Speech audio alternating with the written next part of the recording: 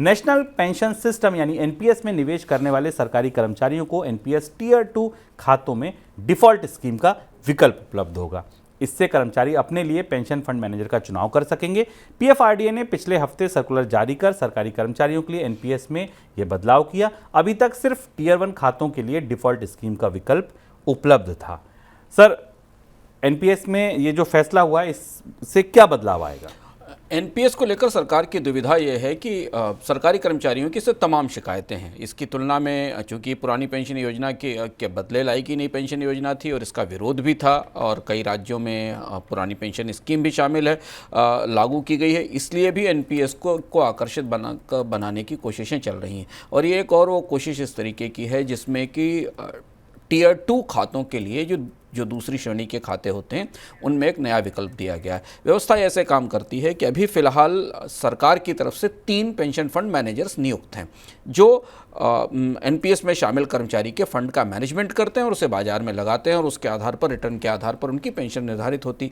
3 fund manager हैं, LIC pension fund, UTI pension fund और SBI pension fund. यह कहा जा रहा था कि एनपीएस में जो निवेश करने वाले लोग हैं, एनपीएस में जिनका पैसा है, उन्हें सिर्फ इन्हीं 3 फंड्स के साथ अब फंड मैनेजमेंट की छूट मिलती है, इसके अलावा नहीं होती। अब ये विकल्प भी शामिल किया गया है कि अगर कोई चाहेगा तो वो अपने पसंद का फंड मैनेजर भी चुन सकेगा।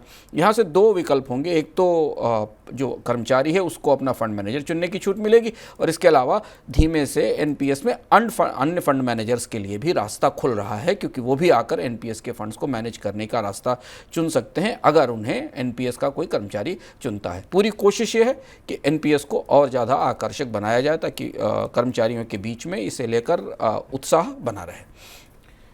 पीएफआरडीए ने एक काम और किया, सरकार को पत्र लिखकर अटल पेंशन योजना के तहत दी जाने वाली गारंटीड पेंशन का पैसा बढ़ाने की मांग की है। पीएफआरडीए का तर्क है कि अटल पेंशन योजना के तहत गारंटीड पेंशन की तौर पर जो राशि ऑफर की जाती है वह उपभोक्ताओं को इसे खरीदने के लिए आकर्षित करने के लिए पर्याप्त नहीं है, इसे बढ़ाया जाए। ऐसा क्यों चाहती है पीएफआरडीए? अटल पेंशन योजना भारत में सरकारी स्कीमों का जो सिंबॉलिज्म है, प्रतीकवाद है, उसका सबसे अच्छा उदाहरण है। अटल पेंशन योजना में 18 और 40 साल के बीच में जो लोग इसको ज्वाइन करते हैं उनको एक फिक्स्ड पेंशन मिलती है जो 1000 से 5000 रुपए के बीच में है, जो बिल्कुल टोकन है, क्योंकि अभी की तुलना में जो आज अटल पेंशन योजना में शामिल हो रहा है वो रिटायरमेंट के बाद 30 से 40 साल बाद 1000 रुपये और 5000 रुपये की पेंशन से उसका गुजारा नहीं हो सकता।